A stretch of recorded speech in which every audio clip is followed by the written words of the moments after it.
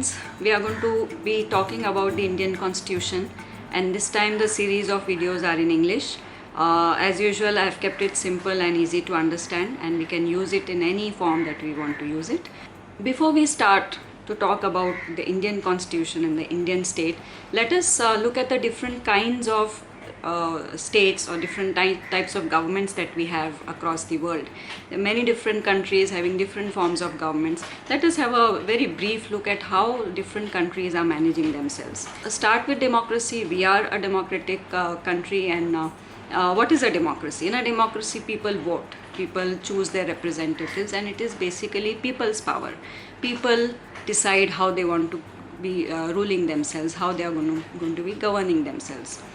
Very close to being a democracy is a system of government which is the republic form of government, where people don't directly rule. We all don't go to the parliament and sit and govern ourselves.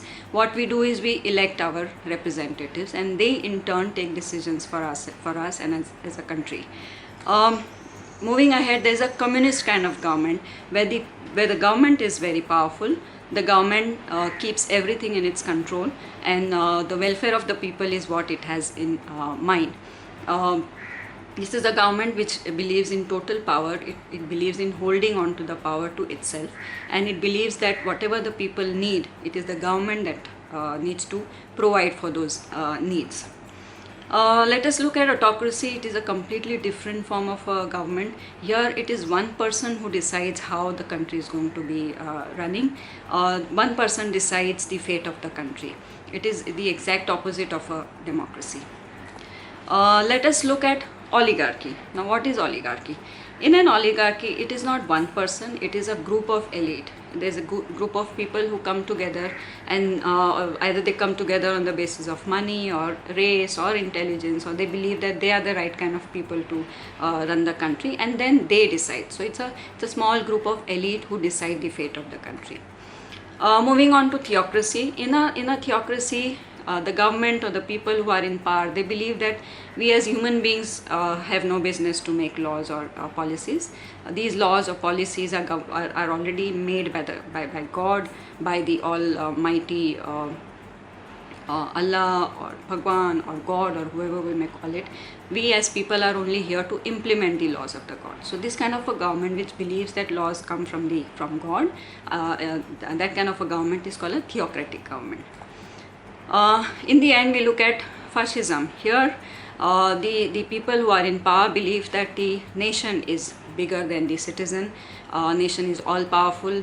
This kind of a government is also more or less like an autocratic government. It doesn't believe in democratic principles, and they make very strict laws. They believe that punishments also have to be strict, and this is by and large the complete opposite of what a democracy or a democratic government is. We got our independence in 1947. Before that, we had the first war of independence in 1857, where a lot of our leaders fought the British East India Company. Unfortunately, we lost that war. Finally, we got our independence in 1947, and we know a lot of leaders fought for this independence, and finally we became a democratic republic. Unfortunately, the country was also divided. We had another country coming into power at that point of time, and finally in 1950, our elected government in 1947 declared itself a republic. The rest of the session is going to be on this aspect of our country.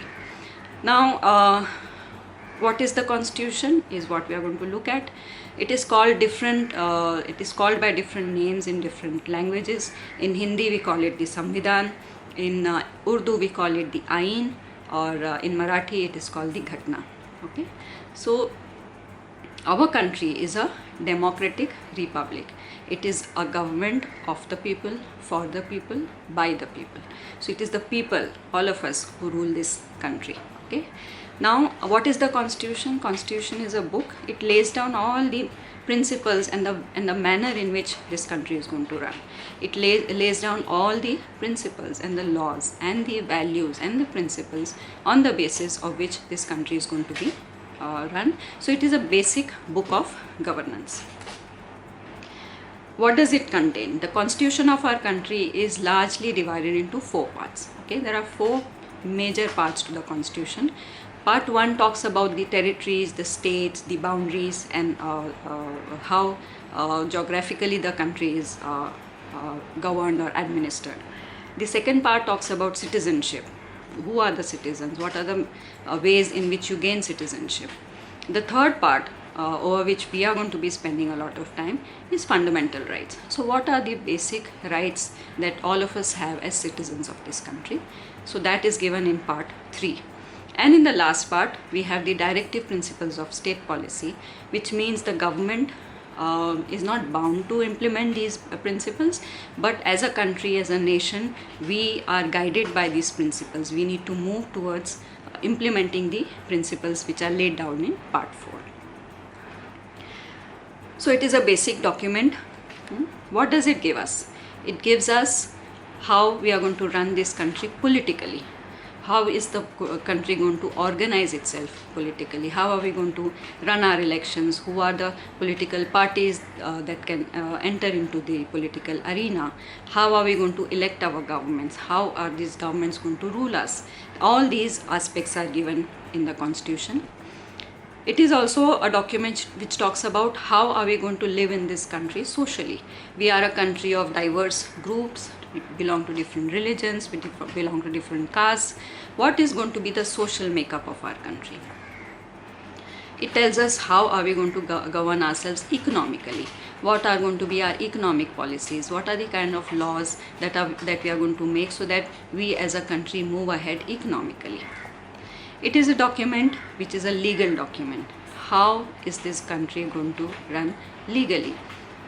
What is the role of the Supreme Court? What is the role of the High Courts? How is the relationship between these various courts going to be decided?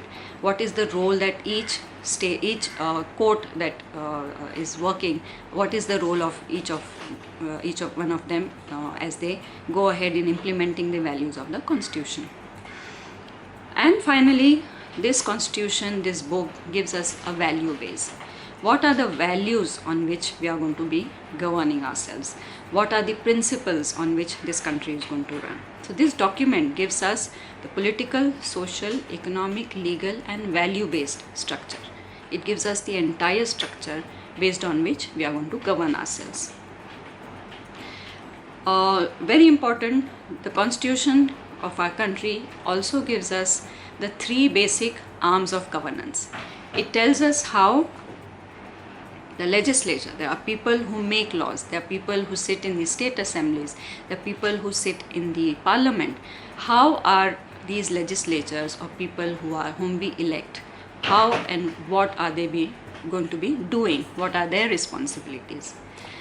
The constitution also talks about the executive, set of people who are going to be implementing these laws. So we have one structure, one set of people who are going to be making laws, and then we have another set of people who are going to be implementing these laws. They are called the executives. The constitution also talks about the third arm of governance, which is the judiciary. These are the people who are going to be protecting these laws. So we have 3 arms of governance: the executive, the legislature and the judiciary. Constitution talks about all the 3 of them and also talks about the relationship between all the 3 of them. Finally, how was this made? So the draft of this constitution was presented to the assembly on the 4th of November 1947. It was discussed and debated over a period of 2 years, and finally on the 26th of November 1949 it was tabled into the parliament and it was approved by the assembly. So 26th November 1949 is also called the National Law Day because it's an important day on which our constitution was approved. Friends, little bit of details. 284 members of the assembly finally signed and approved this constitution. There are more than 80,000 words to this document. It took more than 2 years to come up with such a massive important document, and finally on the 26th of January 1950 it was launched across the country. Thank you so much for going through this video. I hope you liked it. Please give your suggestions and comments, and please do subscribe to my channel. Thank you so much.